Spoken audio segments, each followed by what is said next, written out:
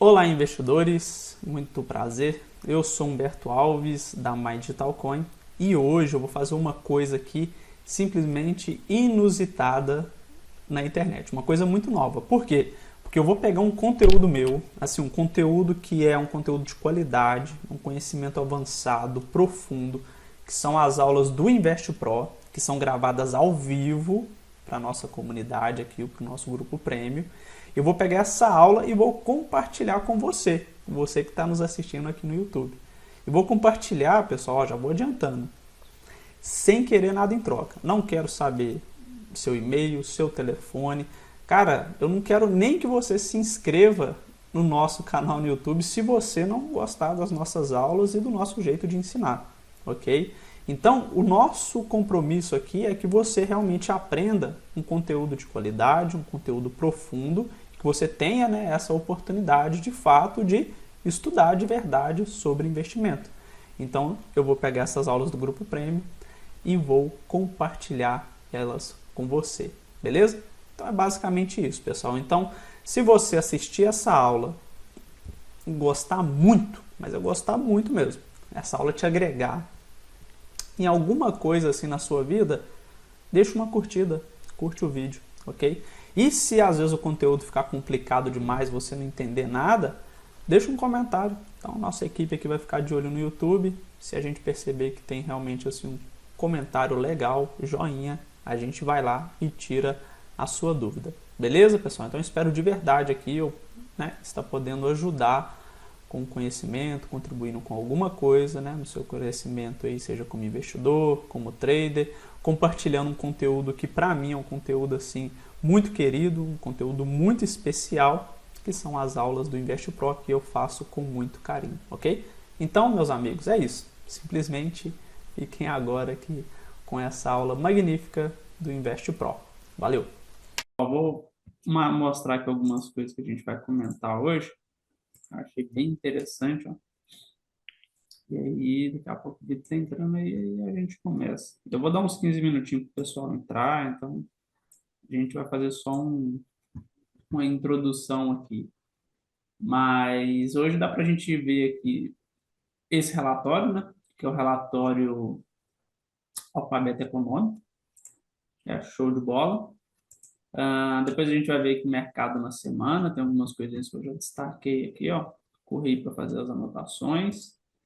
Aí a gente tem a semana à frente e também aqui vamos analisar, né, fazer um giro pelo mercado aqui para ver o que está acontecendo. Uma coisa interessante, né, que eu mandei lá no grupo lá, foi a agenda de resultados, né? Então agora estamos aí diante de uma agenda de resultado que vai sair. Então quem está comprado em ações aí, já vem aqui, dá uma anotada, fala assim, ó, estou comprado aqui com tudo em Klabin e anota o dia que vai ser publicado para você vir aqui na Status Invest, pegar o relatório e dar uma olhada. Isso aqui é muito importante, já vai se programando porque, olha só, tem muita empresa que vai divulgar relatório e isso daqui é muito, muito, muito importante, né? Muito importante mesmo. E aí, para a gente lembrar um pouco também do que são esses relatórios aqui, ó, vamos lá, fazer uma intro aqui sobre os relatórios que é bem interessante. O Alfabeto Econômico aqui, ele é um relatório muito legal para a gente ficar ligado na parte de economia. Então, ele vai ajudar a gente aqui a ficar ligado de tudo aqui na parte de economia. Esse relatório é muito interessante, ele vem comentando termos, por exemplo. Então, o relatório, no caso dessa semana aqui, ó, referente à semana passada, ele é um relatório que está fazendo excelentes comentários aqui sobre posição Hashui, acho que é isso aqui mesmo, né? E Dovish. Eu cheguei até a comentar aqui durante a semana lá também, depois que saiu os dados do Paycom, que isso daqui poderia mudar. Então, esse relatório econômico aqui, ó, ele já tem como a ideia ser o alfabeto econômico. Então, quando a gente está lendo o alfabeto ali, né, seja o alfabeto em inglês, aprendendo a pronunciar, né, as sílabas em inglês ali, ou até mesmo o alfabeto em hebraico, né, não sei se vocês já tiveram a oportunidade de estudar ali alguma língua diferente, ou um alfabeto em chinês, a gente está sendo alfabetizado ali aos pouquinhos, né? Então, esse relatório ele é muito, muito importante, você dá uma lida, ele tem aqui algumas definições no rodapé, olha só, para facilitar o entendimento aqui da leitura. E esse relatório ele ficou muito legal e bem completo, por quê? Porque ele cita aqui a carta, né, emitida pelo Banco Central, e ele destaca fazendo alguns comentários dessa carta. Então, se você nunca viu um relatório, nunca viu um comunicado do Banco Central, é a primeira vez que você vai observar esse tipo de comunicado. O bom desse relatório aqui é que ele pega aquele comunicado, faz um comentário, explica que, por exemplo, assim, do relatório passado para esse mudou um determinado termo e às vezes essa mudança desse termo aqui é relevante e, e tudo que ele abre aqui de parênteses para falar é muito, muito interessante mesmo. Porque quando a gente pega para estudar assim, um comunicado do Fed ou até mesmo um comunicado do Banco Central Brasileiro, a única coisa que muda é a vírgula. Então, se vocês acham ou acreditam que os nossos exercícios lá na área de membro é difícil fazer a leitura, né? Por exemplo, aqui de um relatório do Banco Central e entender ele certinho é super difícil. A única coisa que eles vão mudar ali é uma vírgula, é um termo técnico, e eles vão colocar ali, vamos falar assim, um economês que muita gente não domina e muita gente ali vai, vamos falar assim, né, vai passar desapercebido aos olhos de muita gente, né? Então, é bem legal porque na introdução aqui desse relatório, ele já comenta sobre a questão da advocacia, né, que tem a sua linguagem própria, aí a gente tem a economia aqui que também tem uma linguagem própria, aí vocês entraram aqui na nossa super aula que vocês perceberam que a gente também tem uma linguagem própria, né? Um mineiro e um goiano conversando. Né, Vitor? Cada, cada, cada profissão ali tem sua linguagem técnica, né? E É, eles não falam diferente disso. Então, eles tentam fazer esse relatório, produzir esse relatório aí o mais focado tecnicamente possível para, como se diz, para surgir dúvidas. e aí ele vem destacando ali alguns pontos que são relevantes que dá para a gente trazer aqui para conversar, né? Mas aí vamos entender que existe aqui o juridiquês, né? O economês aqui, existe também a linguagem mais técnica de gráfico, igual vocês já observaram a gente comentando aqui, e hoje a gente vai dar uma ênfase aqui bem interessante na parte de gráfico. Bacana. Ah, diga aí. Só para deixar claro, né? A questão do Dovish ali é uma política monetária ali com a taxa de juro um pouco mais baixa, né? Então eles são um pouco mais conservadores, podemos dizer assim. Agora, já a outra é uma taxa de juros mais alta. Eles fazem que a taxa de juros ali domine a inflação, né? Ou seja, a inflação está alta, aumenta a taxa de juros. A inflação está baixa, abaixa a taxa de juros. E no momento, o pessoal aí estão indo mais pela loucura, né? Aqui eles estão fazendo um falar assim mesmo, só para interpretar aqui para vocês, ó, o fato do Copom aqui do Banco Central Americano na semana passada ter subido aqui em 0,25, por exemplo, né? Isso aqui já, tipo assim, é uma postura dovish, não é, sabe? Porque vamos entender que eles estão subindo a taxa de juros, então não é uma posição dovish, mas eles poderiam subir em 0,50 e estão subindo em 0,25, entendeu? Então é bem interessante que no relatório aqui eles falam assim, não, é isso, mas também pode ter um entendimento que não é. Mas É mais ou menos neutro para o Arctic, né? é uma coisa assim, né? Ainda não é bom no inglês, não, vamos ficar bom ainda. Mas aqui também, pessoal, olha só que interessante. No outro relatório aqui desse do Banco Inter, ele tem algumas informações aqui bem interessantes que vale a pena ser observado. Por quê? Porque esse tipo de relatório, ele vai colocar em perspectiva aqui uma variação semanal, uma variação mensal, A gente vai ter também aqui outros dados aqui que ajudam a gente a observar se realmente o mercado ele está rendendo ou não. Por quê? Porque às vezes quando a gente está ali mais com a perspectiva de trader, que é o que já envolvido no mercado, cara, parece que o mercado subiu 10% na semana, depois parece que o mercado caiu 10% na semana, aí chega no fim de semana ali, tá todo mundo destruído, todo mundo caído aos pedaços, vai olhar o mercado caiu 2%, subiu 1% na semana inteira. Mas durante a semana foi uma pancadaria que você não tem ideia, entendeu? E aí, olha só que interessante, nesse quadro aqui, ó, a gente consegue observar, por exemplo, os principais índices de referência, né? Temos aqui o Bovespa, S&P, a gente também tem aqui o Dow Jones, a gente também tem aqui outras bolsas pelo mundo, e comparação aqui com a renda fixa, né? Então, dependendo, né, da maneira que você vai fazer a leitura aqui, você observa que a renda fixa, por mais que ela está subindo um pouquinho, ela está sempre subindo. Então, na semana aqui, ó, ela já está com uma alta acumulada de 0,25. Isso aqui já é interessante. Ó. O dólar, por exemplo, ó, o dólar aqui ele já está com uma alta acumulada de 0,5%. E o índice global aqui, que é o DXY, que a gente vai ver muito questão de dólar e também de índice aqui, ó, já fechou numa alta. Então, tem até também aqui o IFIX, por exemplo, ó, que é um índice de benchmark bem interessante para a nossa carteira de fundos imobiliários. Então, vamos ficar atento aqui se caso a gente tiver aqui alguma variação muito brusca, porque tem gente que gosta de correr risco e tem gente que não gosta de correr risco, né? Por exemplo, o mês nem começou direito aqui e o Ibovespa já está caindo 4,33, né? É tipo assim, pô, o mês começou agora e meu dinheiro já acabou, né? Tipo assim, caiu na conta e sumiu. É a mesma coisa, né? Então a gente tem um Ibovespa aqui que ele está numa situação bem complicada aqui. E aí, o relatório aqui ele é bem interessante. Um comentário aqui, vamos falar assim, um parênteses antes da gente falar de investimento, porque provavelmente não vou falar disso aqui depois.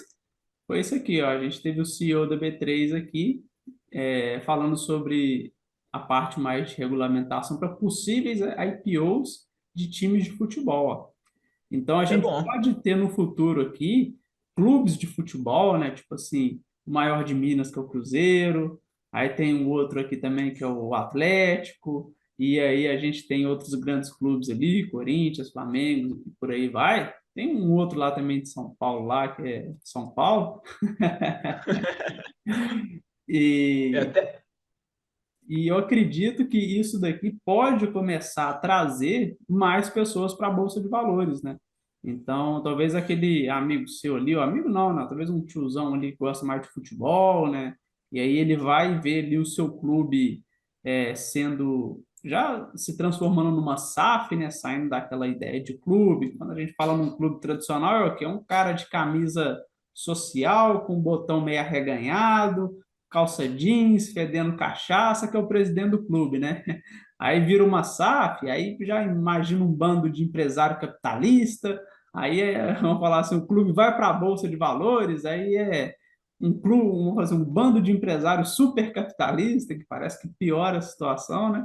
Então, mas isso aqui é bem interessante porque pode atrair muito, vamos falar assim, o interesse das pessoas para a bolsa, e aí ele vai ver que o time maravilhoso dele tem alguns problemas de contabilidade ali que é bom a gente ficar é atento. até, é até bom pontuar, né, que lá no exterior já vem dando certo esse tipo de IPO, né? Já é Já, um, já já é um vem, grande sucesso. já, E tipo, ajudou grandes times aí a fazer grandes contratações e a gerar, né, mais empregos. receita, Isso aí é muito bom para até para a economia brasileira. com certeza, questão de construção de estádio, questão também de logística ali, de várias coisas, né? Tipo assim, de concentração do clube, de uma região, tem muita coisa ali que um simples jogo de futebol movimenta, né? A E gente aí, até já, hum, ah, então eu não, ia falar que a gente até vê mudança em alguns times, né? Como o Cruzeiro mesmo aí e outros times aí sendo vendidos para empresários de fora, né? sim, Então, Isso aí pode trazer muito capital aqui para o Brasil. Isso aí também é interessante também do ponto de vista do investidor, né? Que às vezes ele tem algumas ações e agora ele está vendo o seu clube de futebol ali. E qual que é o problema? O problema é que às vezes o cara que já é mal informado sobre investimento, ele já fica aqui torcendo para o trem subir, né, ou cair. Aí, meu irmão, se o time dele, as ações começarem a cair e se desvalorizar, já vira assunto para se tornar uma chacota mesmo, entendeu? O cara vai literalmente ali rir do outro só porque as ações estão caindo. E aí pode ter um lado ruim também, né? O pessoal leva realmente ali a parte de investimento para a parte mais de aposta, já tem a parte de aposta esportiva, né? Aí vai confundir com investimento. Tem o potencial de virar uma lambança também, entendeu? Mas todo mundo aqui que está no grupo Prêmio aqui vai ser muito bem instruído aí, que venha as mudanças que tem para vir aí. E aí, depois aqui, pessoal, o terceiro relatório nosso, estou fazendo aqui uma introdução dos relatórios, né? Daqui a pouco eu já começo a explicar aqui um pouco mais o conteúdo dessa aula de hoje. A gente tem aqui basicamente a semana à frente, né? E aqui a gente vai ver as expectativas para essa semana. Vale destacar aqui que vamos ter muito, mas muito dados de empresas sendo divulgados, né? Como eu tinha comentado aqui também, ó, na nossa agenda aqui tem muita coisa para acontecer aí na semana que vai do dia 6 até o dia 10, ó.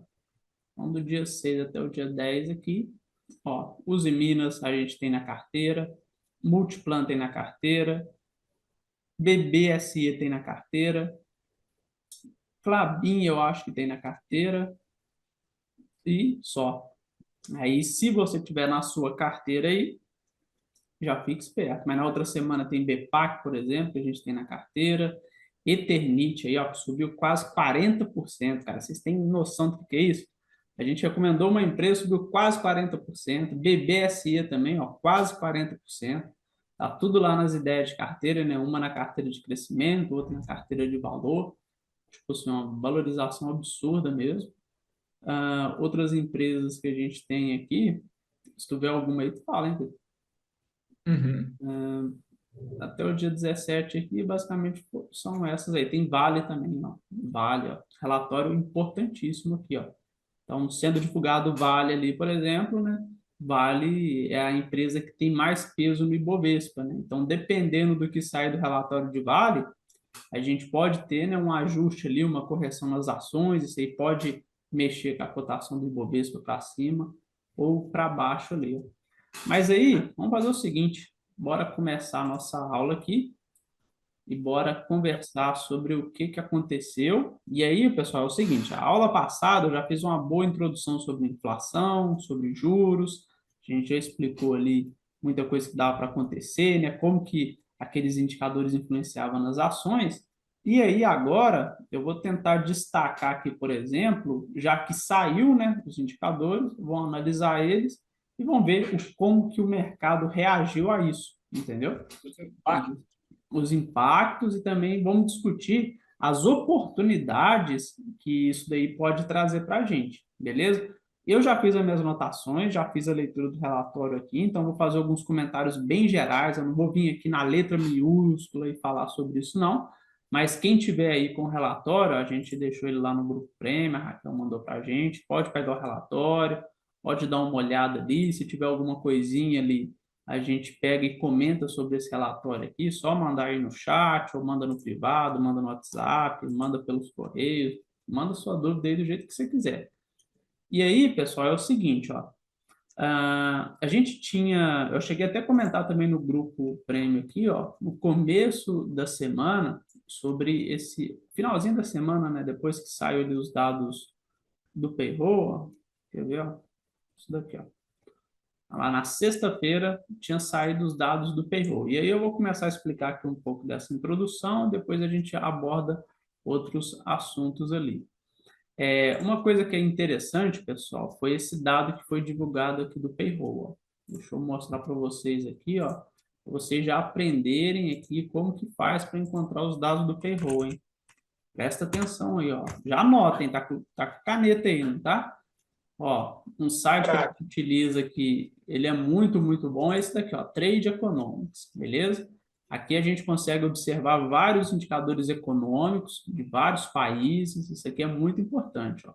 Nos Estados Unidos, foi divulgado esse relatório aqui, ó, No Farms Payroll, né, que é um relatório de emprego, entendeu? E aí, esse relatório, olha só que interessante. Todo relatório, ele é medido da seguinte maneira, né? A gente tem aqui um consenso, a gente tem aqui a previsão, e aí a gente tem o relatório que saiu. E aí, pessoal, o que era previsto ali, era, na verdade, o que era previsto, não, mentira, ó, vamos lá, vamos de novo aqui, ó, repetindo aí. Ó, a gente tem aqui, ó, o seguinte, temos, só aceitar o pessoal aqui, ó, vamos lá. O que que temos aqui, ó? Quando a gente está observando o relatório do payroll, a gente tem aqui a parte de consenso. Então, o que que é o consenso, pessoal? É o que que o mercado ele está esperando para aquele relatório que vai ser divulgado, entendeu? Então, isso daqui é muito, muito, muito importante, porque, tipo assim, o mercado financeiro, ele não é algo abstrato, algo subjetivo. Ele já faz seus estudos, suas pesquisas, então ele vai criando ali algumas expectativas sobre esse relatório. E aí, o mercado ele analisou da seguinte maneira: tipo assim, ó, mês tal 350, 324, 290, 260. O que que isso representava? Na cabeça do mercado, que o próximo relatório também poderia vir em queda, por volta de 185. E por que que eles já estavam prevendo aqui uma desaceleração de 185, de 260 para 185? Porque, basicamente, pessoal, o mercado, de acordo, né, com a política monetária que a gente tinha, que era aquela política monetária de alta dos juros, esse tipo de política monetária aí, ele gera danos na economia. E um dos danos da economia é esse, a questão de empregos, por exemplo. É o mercado simplesmente ali, ou vamos falar assim, a economia, né, ela está sendo tão danificada que ela não consegue gerar emprego para as pessoas, entendeu? Então a expectativa era essa, ó, o Banco Central subindo aqui, ele vai manter aqui a atividade econômica baixa, os relatórios de payroll aqui vai estar saindo baixo, vai demonstrar o que? Uma desaceleração na atividade econômica, né? Uma desaceleração da economia ou alguma coisa assim do tipo, e isso era a expectativa do mercado. Mas aí aconteceu o contrário, entendeu? E o mercado, ele foi pego aqui no contrapé, porque o consenso dele era 185 mil. E aí veio 517 mil, veio mais do que o dobro, entendeu? Então, o mercado ele já estava na expectativa de que a política estava dando certo, e o Banco Central também. Só que ela demonstrou, pelo menos por um instante aqui, que deu muito errado, entendeu? E isso daqui assusta. Por exemplo, assim, imagina que você está aí na sua casa fazendo compra no supermercado. E todo mês você gasta no supermercado R$ 500, R$ 500, R$ 500. Aí, do nada, você vai no supermercado e gasta R$ 1.500. Meu irmão, você vai sentar para conversar com todo mundo na tua casa o que está acontecendo de errado. O que, que aconteceu para todo mês certinho você está gastando R$ 500 e do nada 1.500? Você vai ter um baita de um susto financeiro, entendeu? E aqui é a mesma coisa, o mercado ele teve um baita de um susto econômico. E aí, pessoal, foi até onde eu aproveitei para comentar lá no grupo que isso daqui poderia, né, mudar as expectativas do Fed, que o Fed ele tinha uma postura aqui, que era uma postura, deixa eu ver se a gente tem um comentário aqui, não é essa de dovish e essa mais agressiva aqui não. A gente Essa, ia... essa dovish Ah, tá, aqui, ó. é uma postura mais tranquila da taxa de juros baixa, né? Isso aí, ó. Aqui no caso, ó, o mercado, vamos falar assim, o Fed, ele tinha uma percepção lá mais dovish, né, dos dados de emprego melhores, reforçam a aposta do soft landing. O que que é esse soft landing aqui? É uma recessão econômica controlada. Então, igual eu expliquei na última aula, né, quando o Fed ele sobe a taxa de juros, ele vai causar uma recessão na economia, porque as empresas vão ter problema para pegar crédito, todo aquele ciclo. E O aí, dinheiro fica mais caro, né? dinheiro fica mais caro, então fica mais difícil pegar crédito, de financiar investimento, né, contratar as pessoas e tudo mais. E aí o Banco Central ele aposta nessa questão mais soft land aqui. Só qual que é o problema? E aí a gente tem vários problemas aqui, porque o Banco Central ele está subindo os juros para fazer justamente o quê? Controlar a inflação, entendeu? E aí, a gente tem alguns problemas aí que está acontecendo, que é o seguinte, eu não vou ter esses dados agora aqui, mas depois a gente dá para me pesquisar, eu mando lá no grupo lá. O único dado que eu vou ter aqui é esse daqui, ó. É a questão da taxa da poupança pessoal.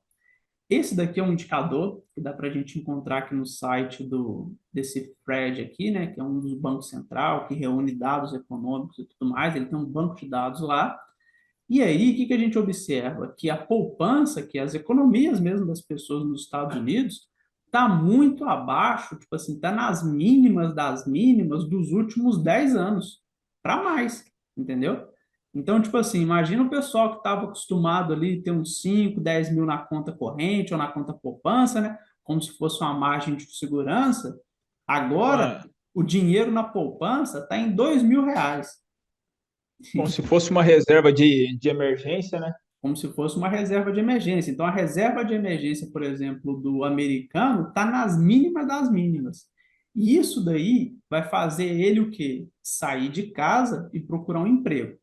E é aí que o problema começa, entendeu? Por quê? Porque o Banco Central, com essa postura mais soft land aqui, né, de tentar causar uma recessão controlada aqui, um problema que a gente pode ter é a questão do mercado de trabalho se aquecendo muito, coisa que o Banco Central não quer. E uma outra coisa, que é um outro dado que não está sendo divulgado aqui, mas também está acontecendo, na verdade está, né? Que, ó, tipo assim, ó, isso mesmo. Ó. A gente teve aqui no relatório de Perro que saiu aqui, ó, um aumento nos salários e uma queda na taxa de desemprego. Então, tipo assim, ó, Banco Central, vamos lá, botar o ponto nos is aqui, ó, presta atenção. O Banco Central que está subindo a taxa de juros para causar uma recessão, ele não está conseguindo causar essa recessão. Por quê? Porque a taxa de desemprego está na mínima das mínimas. E o que, que é um outro problema para ele na questão de controle da inflação? É a questão do aumento de salário.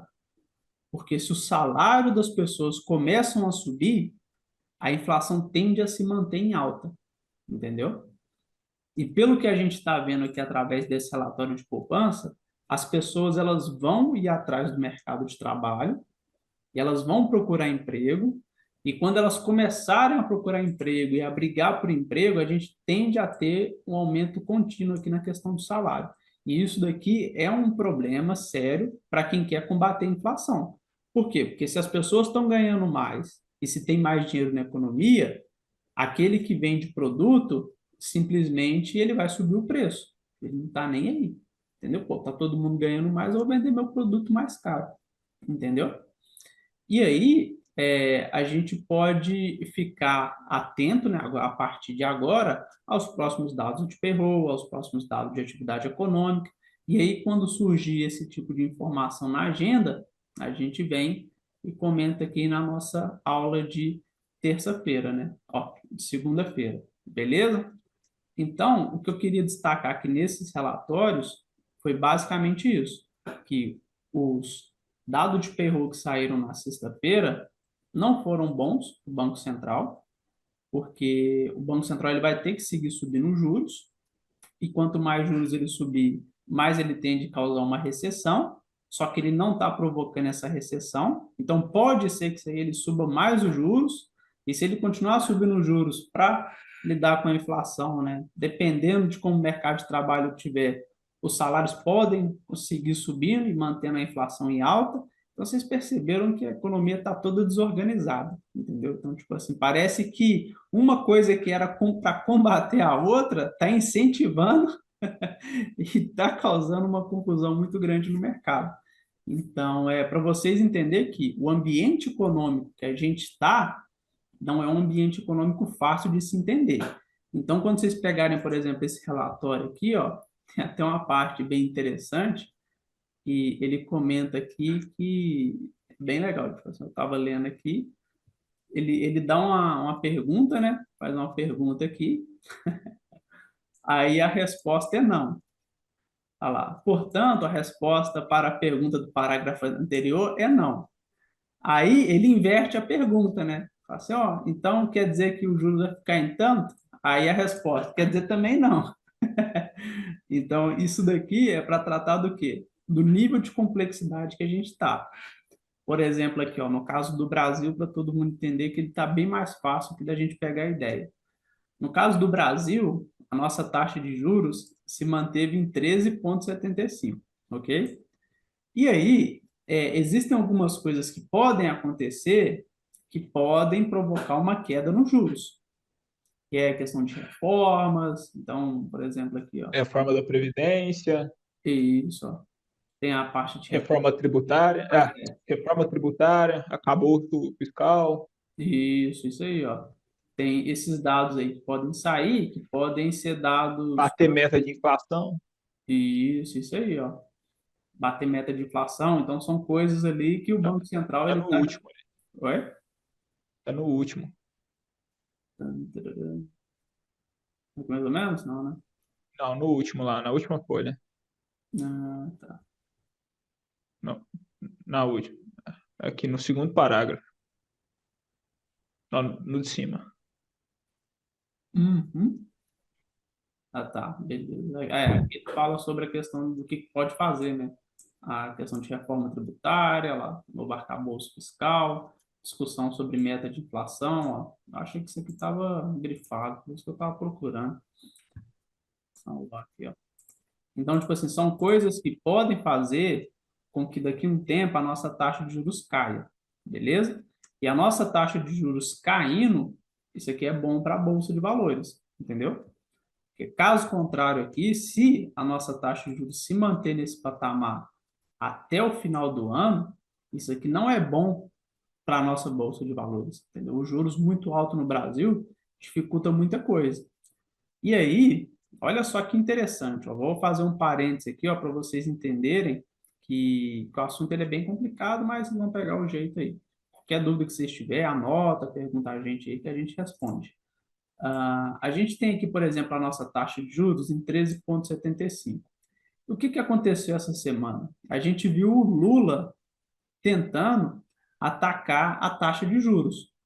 O Lula falando que não tem explicação, o Banco Central manter a taxa de juros nesse patamar, não sei mais o quê, é os juros mais caros no mundo. Parece que alguém pegou a nossa aula de semana passada e mandou para o Lula assistir. Porque vocês lembram o que eu falei na aula passada? Eu falei assim, ó, é o A seguinte, diferença, né? eu falei, ó, é o seguinte, o mercado ele não vai precificar o risco no dólar. O mercado ele vai precificar o risco aonde? Vai precificar o risco na taxa de juros. Aí o Lula já foi correndo e falou assim, não, se o mercado vai precificar o risco na taxa de juros, nós temos que abaixar a taxa de juros.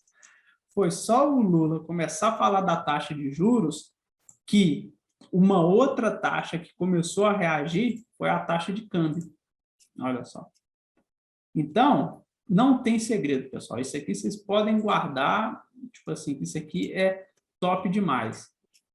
Se o mercado ele sempre vai tentar precificar qualquer tipo de risco, ou na taxa de câmbio, ou na taxa de juros, entendeu? E se, vamos falar assim, o Estado ele tentar controlar uma dessas duas taxas, ele vai precificar na outra. Então, o mercado ele estava tentando precificar ali o risco país, o risco político, essas coisas, na curva de juros. Tanto que a curva de juros estava subindo e tudo mais. Aí, o Banco Central, ou o Lula, né? Vamos falar assim, o Lula percebeu que o mercado estava fazendo isso, falou assim, não, a gente tem que baixar essa taxa de juros aí, essa taxa de juros está muito alta. E agora o Lula vai começar a fazer pressão no Campos Neto para tentar baixar a taxa de juros ali através da pressão mesmo, entendeu? Tentar colocar a população contra ele e tudo mais. Não tem problema. Por quê? Porque aí o mercado ele para de precificar o risco na taxa de juros e vai precificar o risco na taxa de câmbio, entendeu? E aí, na hora que o Lula olhar e falar assim, não, mas não tem condição nenhuma, os juros está em R$ 8, ó, os juros não, né? O dólar, O dólar está em R$ 8 aqui, nós tem que baixar o dólar. Não tem problema, o mercado vai e começa a precificar os juros. Então, tipo assim, taxa de juros e taxa de câmbio se trata também de precificação de risco, entendeu? Isso daí é muito importante. Eu vou até pegar um gráfico aqui. É como se os dois estivessem numa balança ali, né? Tirou de um, o outro vai subir. Tirou do outro, o outro vai subir. Então, assim, é sempre ali um para um, né? É, Podemos dizer assim. a gente pode pensar nessa ideia de um para um, mas é sempre, são correlacionados, né? Um reage, o outro também e tal. Vocês estão vendo a minha tela aí do Profit Chart aí? Tá vendo aí bonitinho aí?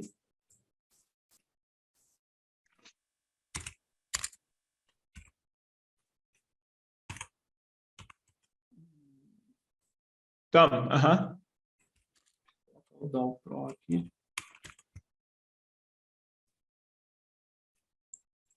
Não, isso aqui é basicamente o que aconteceu ali com o dólar, né? Olha só. Vou até pegar aqui uma outra ótica de leitura, ó.